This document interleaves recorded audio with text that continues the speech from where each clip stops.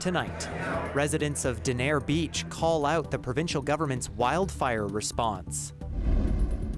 A coroner's inquest into the shooting death of a man wraps up with no recommendations from the jury. And will he or won't he? Questions swirl around Trevor Harris's health for Saturday's Rider game. This is CBC Saskatchewan News.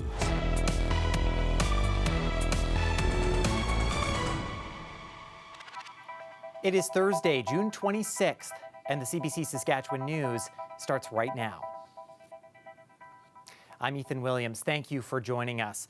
The province's wildfire state of emergency is over. It comes as the fire situation is improving in Saskatchewan, but the effects of those fires are still being felt by people who lost their homes. Now, residents of Denare Beach are taking aim at the provincial government's wildfire response. Alexander Kwan brings us the latest. The wolf fire took nearly everything my family has built over the past 25 years. What makes this loss even more painful is learning that it could have been avoided. Residents of Denare Beach say they've had enough, and the Northern Village's MLA says the provincial government failed to act as a wildfire swept towards the community. The folks standing here with me knew this fire was a threat to their community, especially with no rain in the forecast. And while both Manitoba and Saskatchewan declared provincial states of emergencies, only one of them picked up the phone and asked for help. More than 200 homes were destroyed in the community of around 700 people. Jennifer Heisert also believes the government dropped the ball. I don't want anyone else to experience the pain and loss that my family and I have endured. The Saskatchewan Party government abandoned us when we needed them most, and we cannot allow this to happen again. One man who stayed behind to fight the fires says things may have been different if the Saskatchewan Public Safety Agency provided more help. There was no extra sprinkler gear for Denare Beach or fire retardant drops or ground crews spraying fire retardant, none of that.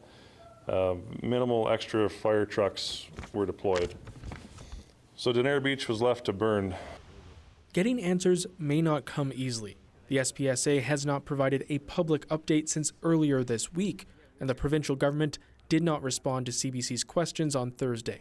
The mayor of Denare Beach says cleaning up remains a priority, but that is posing its own challenges. A lot of stuff. Nobody's ever handled that before in that capacity, so there's going to be a learning curve. Rebuilding Denare Beach will come after that, but residents of the village say in the meantime, they're stuck waiting on guidance from the province. Alexander Kwan, CBC News, Regina. An inquest into the death of a man who was shot by police has wrapped up in Regina, but the jury didn't make any recommendations, instead concluding the man died by suicide. Aaliyah Marco Omene reports. Loved ones of 26-year-old Ryan Booker say they're disappointed after a 6-person jury at the inquest into his death made no recommendations Wednesday. Booker was fatally shot by police after a standoff on Highway 1 west of Regina in July of 2022. RCMP say Booker was uttering threats in his car in Moose Jaw. He then left the city and pulled over near Belle Plaine. Officers say Booker was pointing his gun at them and ignoring their commands. Booker's family listened to testimony at this Regina hotel this week. They didn't want to appear on camera, but Booker's father says he's walking away from this inquest without closure. They kind of painted him with a tarnished brush, in my opinion.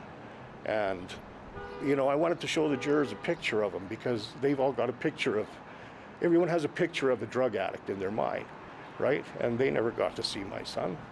Barry Nozel describes his only son as a great kid who loved to fish and hunt. He also loved being a father to his sons, now ages 5 and 11. Inquests are not criminal proceedings. Juries are asked to determine the facts and make recommendations to prevent similar incidents in the future. In this case, the jury deemed Booker's death a suicide. Nozel disagrees. Like Ryan said, I'm just going to point the gun out in the air and stuff like that. He told the cops that several times, like not that he's going to shoot a cop, but that he's just going to do that to make them shoot him. And they take that really hard and turn that into this guy wants to die by our gun. A drone was deployed to watch Booker's movements while he sat in his vehicle.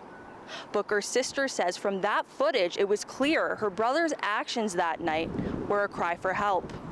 Knowing that his finger was not on the trigger, knowing that he was so scared, and from the footage he was bawling and he was terrified and he couldn't go through with this himself. He didn't want to die. Police insisted they couldn't have used a less lethal weapon to subdue Booker, especially since he had a gun on him, painting a picture often referred to as suicide by cop, although the inquest heard that Booker's gun never had any bullets in it. Aaliyah Marco Omene, CBC News, Regina. First Nations leaders in this province are standing behind the former commanding officer of the Saskatchewan RCMP. The force says Assistant Commissioner Rhonda Blackmore was recently dismissed after what they're calling anonymous complaints. In a joint statement, the Federation of Sovereign Indigenous Nations says Blackmore built strong relationships with First Nations communities, especially during the James Smith Cree Nation stabbings in 2022. The FSIN is calling for Blackmore to be immediately reinstated. It also wants clearer criteria for handling anonymous complaints and for the outcomes to be publicly reported. The RCMP says Blackmore's departure won't impact frontline policing or public safety in Indigenous communities. 2 regional leaders re-elected in the recent Métis Nation Saskatchewan elections say they're being silenced. They were suspended after a harassment complaint and say they're being barred from doing their jobs. Ashwarya Duda has that story. Métis strong! Métis strong! Earlier this week, Sherry McLennan and Wendy Gervais were not allowed into the room where newly elected members of the Métis Nation Saskatchewan were being sworn in. Their names already marked as not in attendance on the agenda. On Thursday, they pushed back. In a packed room in Prince Albert, they stood demanding their voices be heard. My voice has been shut out because I'm a woman. No internal decision, investigation, or demand for apology can override the democratic will of the people. The two say they're among 4 female officials suspended from provincial Métis Council meetings. MNS says it's because of harassment complaints made against them by MNS CEO Richard Quintal. The 4 women have made counter complaints against him, but MNS says an investigation sided with Quintal. That means the 4 women won't be allowed to go back into council meetings until they publicly apologize. It seems like strong women are not following the way we should vote and the way we should do things, and we get punished. McLennan and Gervais told media they can't say anything more due to the investigation, but say it's more than just a suspension. This is about the integrity of our governance, about the right of elected representatives to do their job. The MNS president calls it a human rights issue and says MNS government has taken the necessary steps to address the situation. That's in-house stuff that are going on with our government. It happens everywhere. Both women want MNS to acknowledge what they say is a failure to commit to a fair complaints process, especially those coming from women. And they want mutually agreed on third-party independent investigators. Ashwarya Duda, CBC News, Saskatoon. Bill C-5 has officially been passed by the Senate. The legislation is meant to speed the passage of so-called nation-building projects.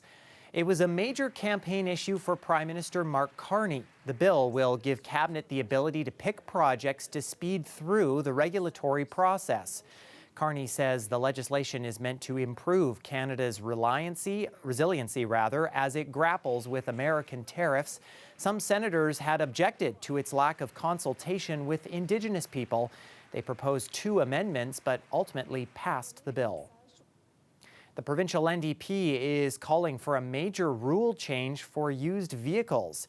It wants the government to scrap the requirement that used autos bought outside of Saskatchewan need to be inspected here. Without that inspection, used vehicles can't be registered or insured. Those bought within the province don't need the inspection. The NDP says that is a trade barrier and forces Saskatchewan drivers to take on extra costs. Right now, if you buy a 2024 vehicle in Medicine Hat or Brandon, You have to pay out of pocket for a mechanical inspection before SGI will insure it. But you can buy a 20-year-old junker in the province, walk into SGI with a bill of sale, and they'll register it, no problem. SGI, though, is pushing back against the NDP's demand. It says the inspections are necessary to increase road safety and decrease fraud. Well, the day started hot and muggy with sunshine in Regina. Of course, that all very quickly turned come the afternoon as a severe thunderstorm warning was issued, and we got some rain. Now we're also getting reports of some strong wind and hail. And it looks like more of those summer storms are in store for our province in the near future. Helena Mahalik will have all the details in her forecast after the break. Stay with us.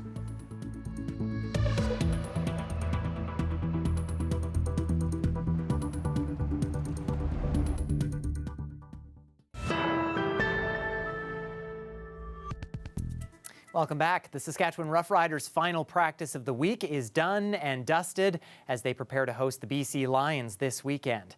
And of course, the big question remains, will quarterback Trevor Harris start? After some light throwing at Tuesday's practice, he was absent Wednesday, listed with a head injury and illness. Head coach Corey Mace gave an update on Harris's status after Thursday's closed practice. Yeah, no, Trev was out here, man, so it was good, to see him back out here doing his thing. Again, same process, though. We'll look at the tape and make the decision today. Was he a full participant today? Yeah, he was full, yeah. Has Trevor cleared all the hurdles to participate fully? Yeah, almost, but, this was a big one today, so, again, we played it smart and want to make sure that we're taking care of it, but to have him come back out here, it was big time for us. Will it be something you'll determine on game day, or will you determine that today? Yeah, it might be a game time, truthfully decision, how we list it, but we got to watch the tape and see it from there first. So after all that, Harris is officially listed as questionable for Saturday's game. So is BC's starting quarterback Nathan Rourke. If Rourke is out, then Jeremiah Masoli will start for the Lions in his place. Kickoff Saturday is set for 5 o'clock at Mosaic Stadium. The Regina Red Sox could be a step closer to a new stadium of their own. Curry Field, the team's current home, is around 60 years old and does not meet the standards of a modern stadium. That's why the Red Sox have proposed a new facility be built at the former CP rail yards along Dewdney Avenue, just north of downtown. Now, a feasibility study says the city of Regina should explore the proposal. Regina Mayor Chad Bashinsky says he wants to find out more details. There's capital investment, but there's also operational costs that could be involved as well. So it's a complex kind of calculation to figure out to see where that would lie. But we would, obviously, if someone's willing to invest, we want to hear that. We want to make sure we're seeing if there is a possibility to add another, vibrant attraction to the city. Conversation around a new stadium was recently revived after the Red Sox were bought by the owners of the Regina Pats. The proposed facility would be built in phases. The field, seating, and other essential infrastructure would cost around $15 million. The team's study found between $4 and $8 million could be raised to help fund the stadium's construction, but more might be available if it is constructed as part of a public-private partnership. Athletes from 17 countries took part in the Red Bull X Alps event. The competition is known as the world's toughest adventure race.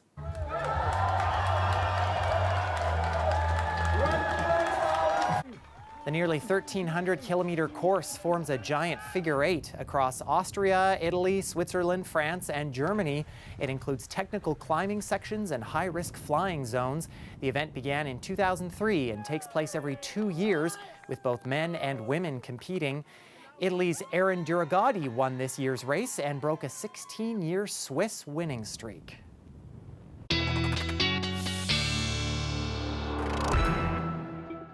Well, the weather here in Regina has been stormy and unsettled, but up in Saskatoon it is finally cleared enough for Helena Mahalik to step outside, and it's looking like some gorgeous conditions up there, Helena. Yes, it's beautiful, Ethan. I'm here on the South Saskatchewan River in Saskatoon. I even saw some people floating on the river, but the rest of the province, weather is looking quite severe. Let's take a look at what's going on. As of 6:18 p.m. Thursday, there are severe thunderstorm warnings in the province. Prince Albert National Park, as well as for the RMs of Kelross, Canwood, Cornack, and Broken Shell. So some hazards associated include 2 needed golf ball sized hail, wind gusts up to 100 kilometers an hour, and periods of heavy rainfall. We saw some of this hail in Lumsden. This video comes to us from one of our coworkers who documented the severity of this hail. And as we can see here, it's actually up to golf ball size compared to the size of her hand.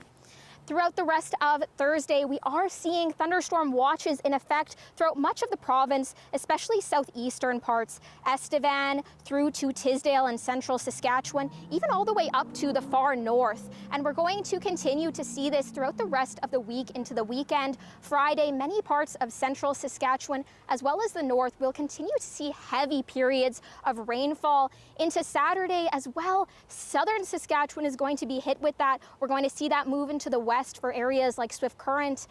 And into Sunday as well, this continues, although it's going to be situated into central Saskatchewan, especially for areas into Prince Albert, as well as up to into the La Ronge area. So we're going to get much rainfall because of this, especially in central Saskatchewan.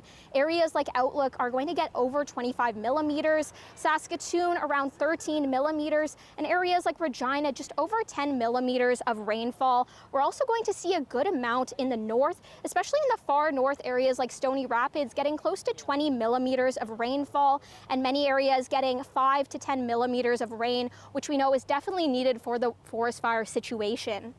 Thursday evening, we are seeing 30 kilometers an hour wind gusts throughout much of the province. We know in areas where that storm is, this is a bit more intense. We're going to continue to see a little bit of a breezy weekend into Friday, up to 30 kilometers an hour wind gust, especially in the southwestern part of the province, in areas around Swift Current. And into Saturday, we're going to continue seeing that. It's going to become more intense. We'll get around closer to 50 kilometers an hour wind gusts, Ethan, throughout much of south and central Saskatchewan. But where I am, things are looking quite clear. Yeah, and thank goodness for that. Looks beautiful. Helena, thanks so much. Well, the fires in northern Saskatchewan have affected many lives and businesses. Randy Johnson of Boreal Heartland Herbal Products says he's dealing with the impacts when it comes to foraging. And he also spoke about what the future may look like when it comes to boreal wildfires. Most people that choose to live in the north are aware of what it means, right? Yeah. And so we're pretty resilient people.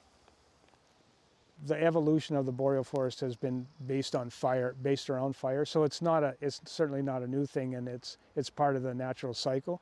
The question is, in a lot of people's mind is it going to be a 70-year cycle between fires average, or is it now going to drop to 40 years or 30 years, or is the fire going to be more frequent? Part of the concern with more frequent fires is that the trees don't have a chance to mature to the point where they're making cones, and then when you get 2 fires that come through, then there's no seed stock left. Some of the plants will not be available or will be less available in the immediate this year, but in future, some of the plants will grow more profusely because of the fire. We're a non-timber forest product company, and we make herbal teas, dried wild mushrooms, and spices, and we sell them right across Canada. You have to be prepared in case 1 or 2 of your areas get burned. Then what are you going to do? How are you going to maintain your harvest level? Folks are working hard to try and fill orders and get caught up. And then we're gearing up for a harvest too. So I'm trying to assess what we're going to be able to buy here.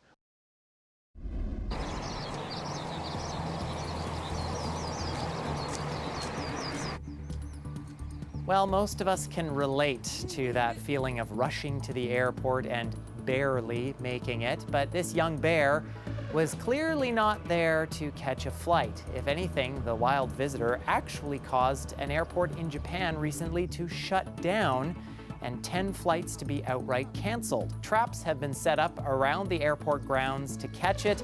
There were reports of bear sightings since Wednesday, but airport officials believe it may all be of the same animal. Stay with us. We'll have more news and a final look at the forecast from outside in Saskatoon after the break.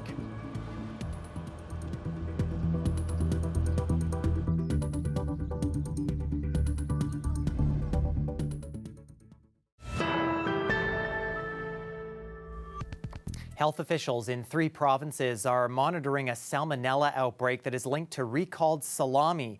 72 people are confirmed to have fallen ill. 57 of those cases are in Alberta. These are the different salami products that were recalled on June 10th. Hot and sweet Genoa salami from the Rhea brand and mild Genoa salami from Bona brand are all affected. They were sold in grocery stores in Alberta, Ontario, and Manitoba. They may also have been sold unwrapped, sliced, or in sandwiches at deli counters. Ontario has 14 salmonella cases and Manitoba has 1. 7 people have been hospitalized.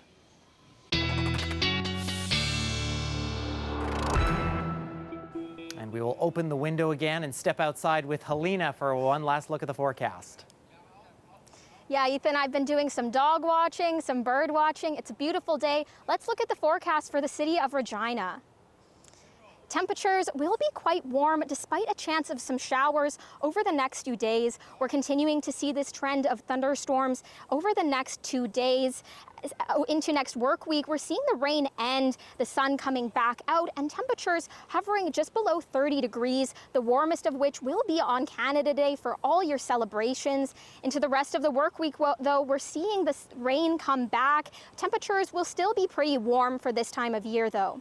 Saskatoon will also get some thunderstorms and rain into the weekend, dropping temperatures down about 5 degrees below seasonal Saturday.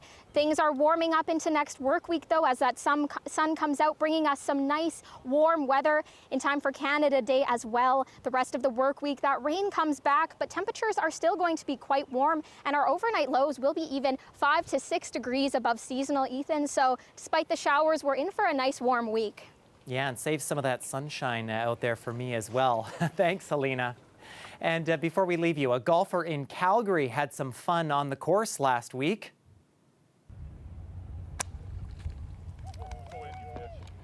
Get in. Oh! He sure let everyone know just how excited he was to drain that chip shot from the water. It happened at the Glencoe Golf and Country Club on the course's 4th hole. And a beautifully executed shot and a pretty decent barefooted celebration. Oh, and by the way, the golfer's name, Mike Overwater. Doesn't get any more perfect than that. That is it for us. For more news anytime, you can always head to cbc.ca/Sask or subscribe to the CBC Saskatchewan YouTube channel. And of course, you can also download the CBC News app on your smartphone or tablet. Thanks so much for watching.